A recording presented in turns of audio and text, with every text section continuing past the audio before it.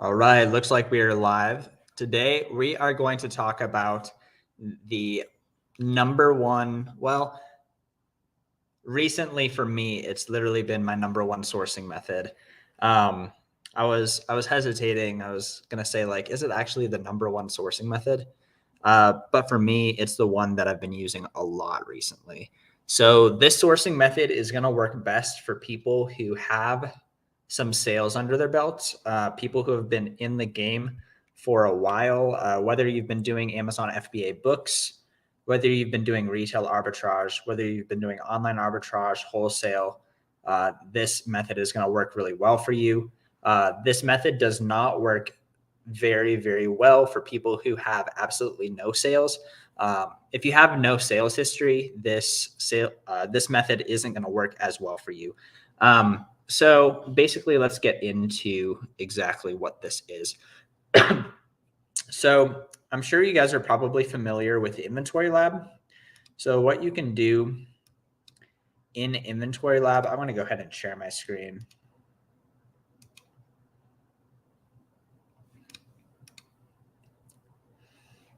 So in Inventory Lab, there's a lot going on in Inventory Lab. You can scout for stuff, you can list your stuff, you can see what you've already listed. You have your inventory, you can kind of see what you have in stock. And even in here, you can get a valuation of how much your inventory is worth based on the buy cost. But the main thing that we're looking for right now, and they also have a lot of accounting stuff as well, and a profit loss statement, which is really cool. But my favorite thing for sourcing right now is ASIN profitability. And so when you click into ASIN profitability, basically you're going to be able to toggle it by a bunch of different things that you want to look at based on your inventory. Do you want to look for the stuff that has the highest ROI? You can filter by that.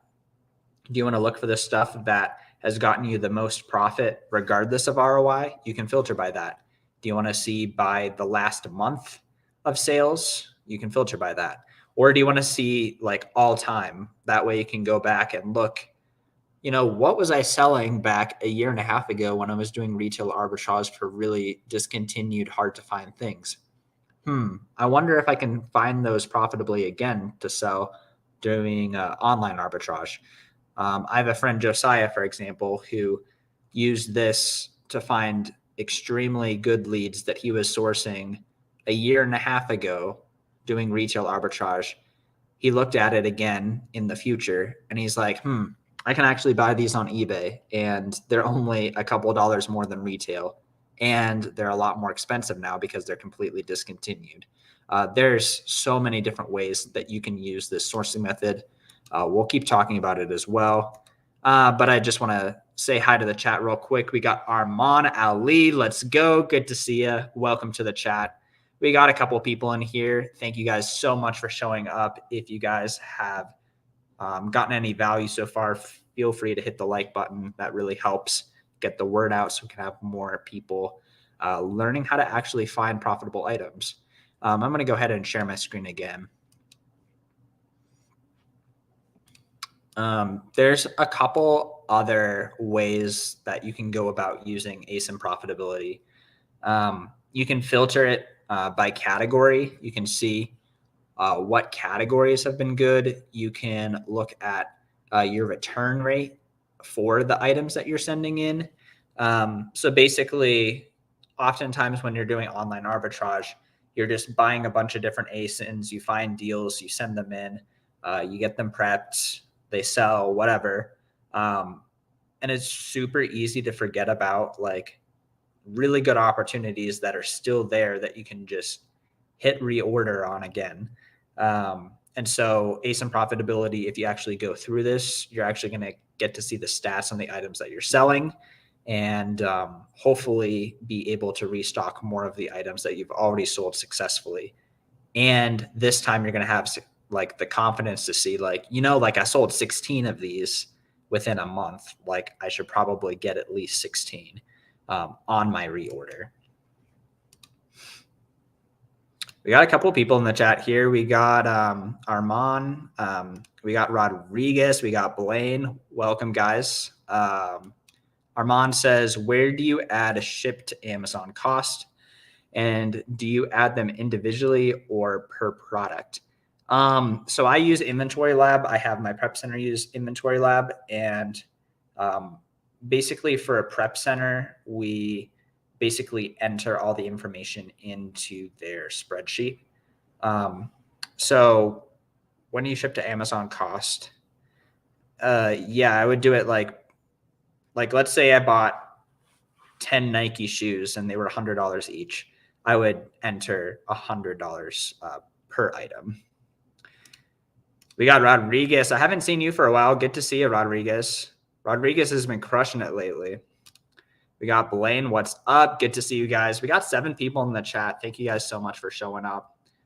Just hanging out on a, what is it, Tuesday night? Blaine, you're going to Miami, aren't you? Rodriguez, are you going? I feel like Rodriguez would have the credit card points to just pay for the whole thing with credit card points if he wanted to.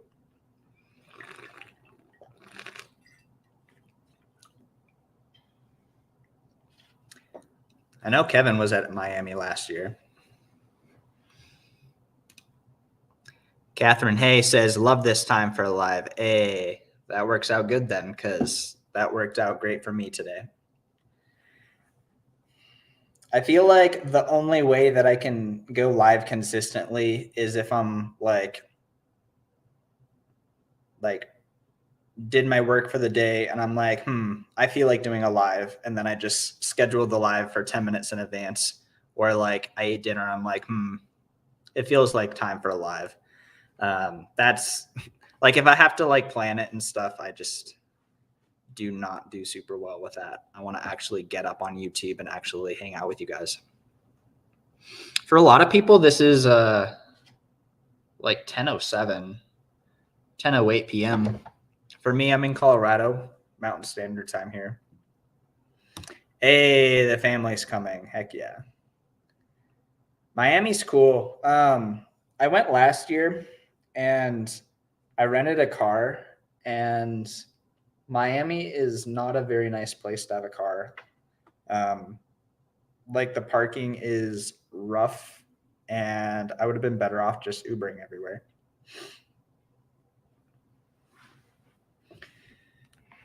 Miami is very much so the city life, to say the least. Beautiful place, though. And I could go for Florida as well.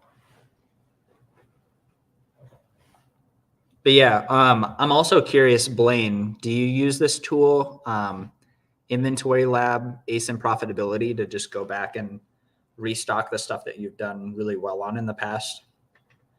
I'm curious if you've ever used this before.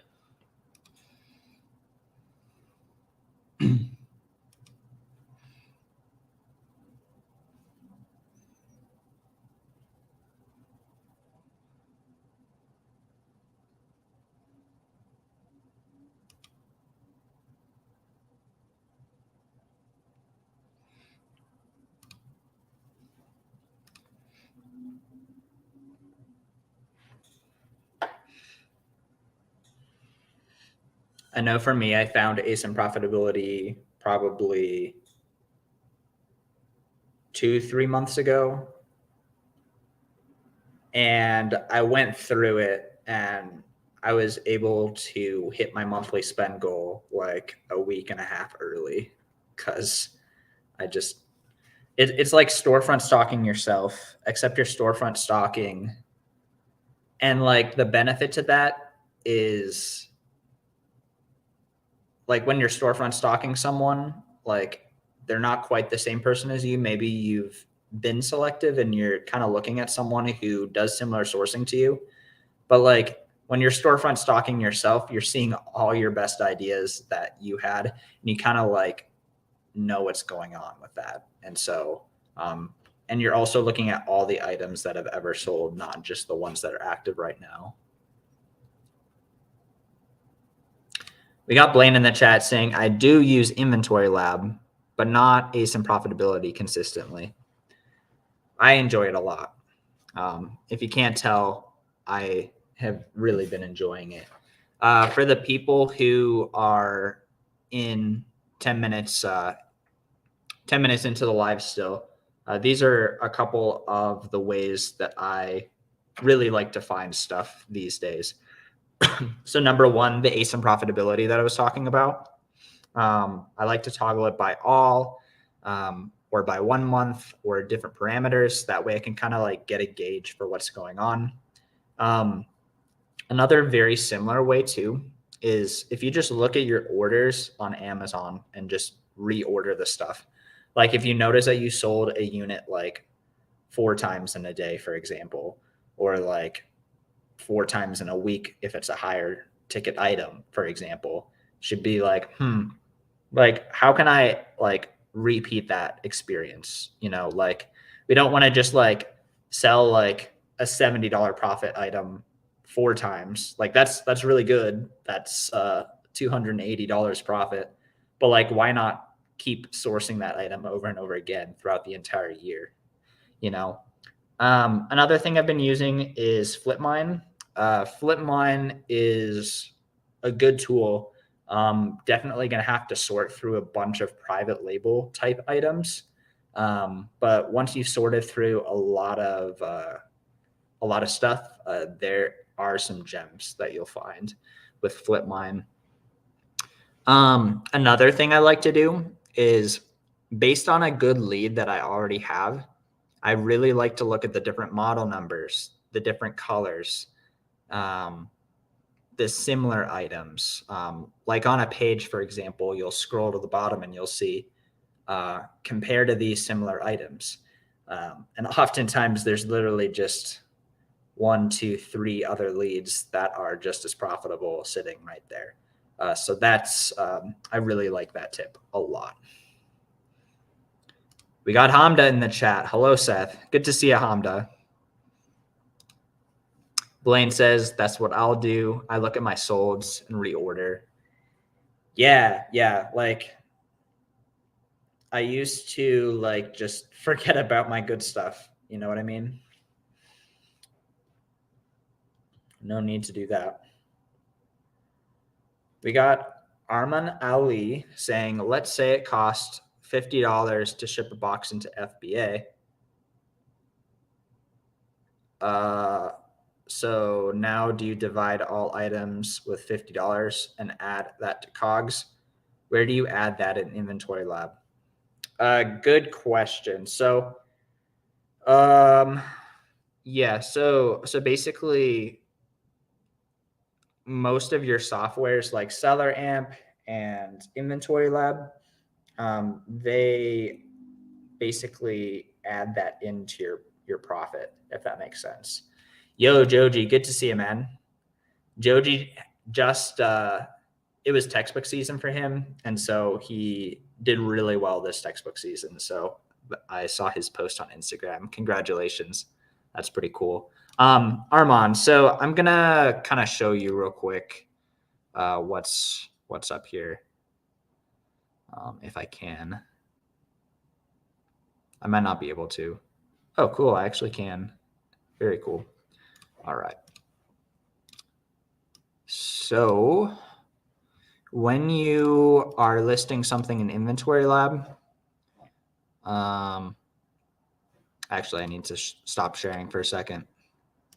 I need to set up the shipment so that I can just show you guys without everything.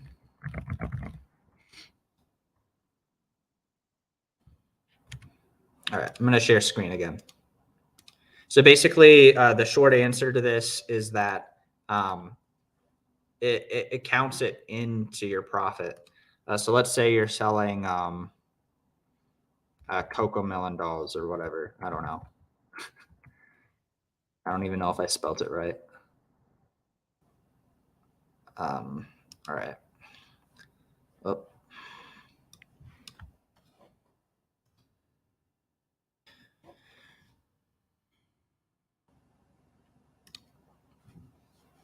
So basically, if I sell for $14.99, it's wow. Why is this such a because I have a buy cost in here? Interesting. Okay, so when there's a sale price, just automatically in the settings, it keeps track of like it assumes that your shipping is going to be 50 cents a pound, and you can go in and change your settings in here. If you feel like it's going to be more expensive, you can change that. If you feel like it's going to be cheaper, you can change that. Hopefully that makes sense. But Joji, good to see you, man. RW, what's up? Good to see you, man. We're actually streaming at a time where it's at the end of the workday for you, RW. I feel like we're always streaming during your workday, but not today. We were just talking about my favorite sourcing method just now. I'm curious if you use it, RW. Do you use? It's my favorite one right now, anyways. In Inventory Lab, do you ever just go in your ASIN profitability and just like look for the stuff that's been the most profitable within the last month and then reorder that stuff?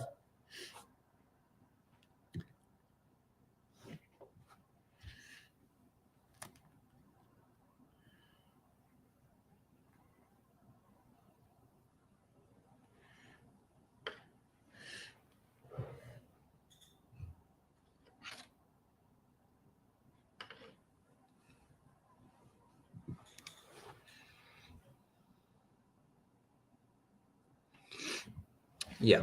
So that's one of my favorite ways to do it. Definitely, like, I think 2 weeks ago, I decided to go through all of my items, just like straight from like most profitable to least profitable. I went through it all and I hit my spend goal like super, super early. RW, you don't use Inventory Lab? Dude, you're an accountant though, so that works out for you, I guess. Inventory Lab is not perfect for sure. I just really like Inventory Lab. It's super popular as well. Guys, we have 10 people in here. What's up, guys? Good to see you. If you just got here, we were talking about this. I can't talk. We were talking about one of the most underrated ways of actually sourcing, which is using Inventory Lab and then using your ASIN profitability. Kind of a variant on how you can do this is you can look at your solds and reorder. And I like Inventory Lab because it gives you a clear picture of like how much profit you actually made on that ASIN. It even takes into consideration your return and all of that going on as well. RW says Excel spreadsheet is what I use. Nice. Do you just like input your sales data into there, or how does that work?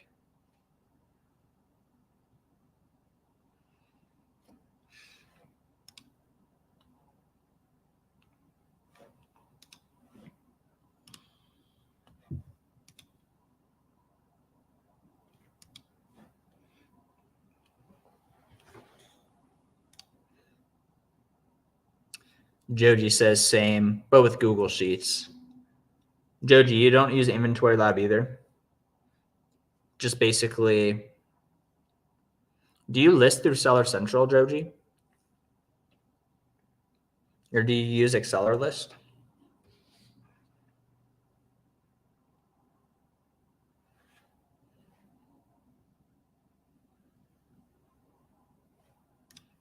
RW in the chat is saying, yeah, what sold, ROI, and what was a loss.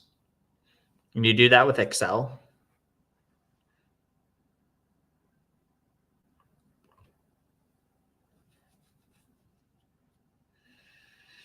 I feel like everyone kind of has their system, and like if it works, it works. I don't think I could wrap my head around trying to track all this stuff with just Excel. That would drive me like absolutely nuts. But it's like people could tell me how to do my stuff more efficiently. And if they told me like to like completely change my bookkeeping, I'd be like, nah, I'm fine. Honestly. Because it's just so much effort to learn something new. We got Joji Davenport in the chat. Accelerlist for listing and Google Sheets for tracking inventory.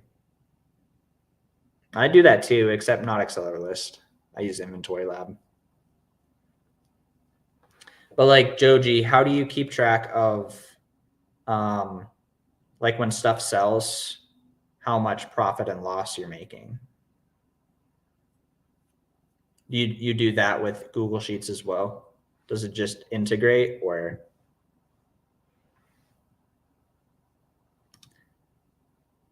RW says yes. My example sheet linked.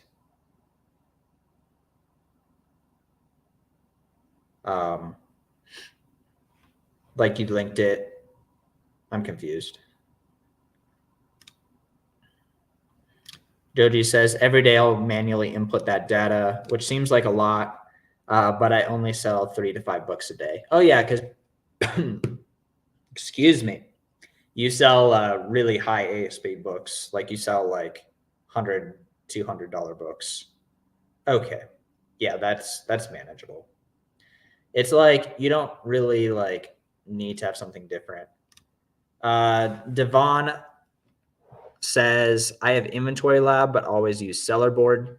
Yeah, so I was gonna sign up for Seller Board, and it was one of those things where I didn't want to learn how to import all of my cost of goods into Seller Board, and so I had the free trial, and I was like, I don't want to do this. Devon says that's how I feel about trying to learn Inventory Lab. Exactly, man. It's like if something works, don't fix it. Like no need to fix it. Unless it's actually holding you back, then you're going to have to fix it. Blaine says Joji has a really good system with the spreadsheets. Heck yeah. Yeah, I mean, if it works. Oh, okay. So Joji said, I DM'd you an example spreadsheet I use on Instagram. Take a look at it. Curious what you think. Yeah, I'll pull it up in a second, actually. Armand says, I signed up with Getida. I don't know how to say it, but I've never had to say it before.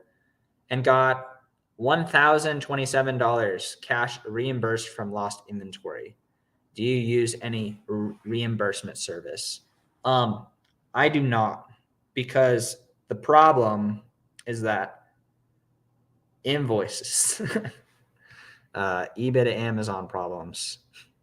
You kind of need, most of the time, I feel like you need like good receipts to submit in order to get money back, if that makes sense.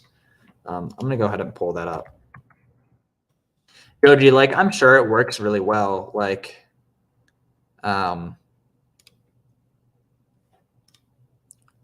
honestly, I'm sure it's like super sophisticated and like amazing, but I'm going to look at it and I'm going to be like, oh, I have no clue how to use this. Let's see though. I'm curious. Let's share screen here. We still got 10 people in here. What's up, guys? We're going to look at Joji's tracker sheet. Mentorship example sheet. Okay, so it's got like a bunch of, it's got the date. Joji's in here. Joji, hello. All right, so we got the date, tags, ASIN, product name, URL, cost price. So, oh, I see. So when you purchase something, you put it in here, and then you update this when it sells. That makes sense. All right, so age, sale price. So you just go in your transaction report and you put the sale price, proceeds, fees. And you just do all this. Joji, is your prep center in a tax-free state? This is a decently high prep. It's not that high, actually. I mean, if you like them, it makes sense. But yeah, this is great, especially if you're like purchasing and selling like 2 to 5 high price books a day. Like it's very easy to do. I totally like this is super easy to use too. Looks super easy. Probably didn't look super easy to set up. Look at all this math. Give me nightmares. But Joji set it up. Yeah, this looks cool. I like it. RW says most of mine are the same items. New items are listed as I get them. Most of mine are the same items. Yeah. That makes sense. Oh, like new ASINs or new. Is most of your stuff replenishables or most of your stuff like stuff you haven't sold before? If that makes sense. It's not, but I'm tax exempt. Okay. So it's in a tax-free state or you're tax exempt in that state. For anyone who's 26 minutes into this live stream and is going to do a prep center, here's a hack that you can do if you do eBay to Amazon. So basically, I wanted to use a prep center that was not in a tax-free sales tax state. But so I was going to have to pay like 6-7% sales tax, but I went ahead and just got my sales tax exempt in that state that the prep center was in. That way, whenever I'm ordering to the prep center, I literally just get another 6 to 7% sales tax off all of my purchases. So just for doing that, I think let's see, how much did I spend last month? Just trying to see like how much I ended up saving in sales tax because of that. I think I spent around $22,000. So 22,000 times 7% is $1,540 because of that. So using a tax-free state prep center can end up saving you a lot of money. Yeah, sales tax-free prep centers are a big deal. RW says I have the same spreadsheet for eBay items. Oh, that's a good idea. Yeah, especially if it's not like hundreds and hundreds of units. Yeah, that makes a ton of sense. Armand says, I told my rep to avoid lost in transit stuff and don't create cases on that. They're the only ones which cause issues with with invoices. So wait. Cause issues with invoices. Sorry, my brain's not working. I have to read that again. I told my rep to avoid lost in transit stuff. Don't create cases on that. They're the only ones. Oh, okay. So basically you're saying that you got that reimbursement without invoices, if that makes sense. Sweet. Well, I might have to relook into that. I tried to sign up with them and I was feeling a lot of this. I was just like, man, like there's other things to do and I did not prioritize it enough. We got our W, Coffee Maker King. Let's go. eBay to Amazon, Coffee Maker King. And the thing is like you can do stuff like that with probably a bunch of different types of items. Like I came across someone's store the other day that they were doing, I think they were doing eBay to Amazon with like solid state drives. Like there's just so many different random things that you can sell. From eBay to Amazon and from a lot of other sites, honestly, to Amazon.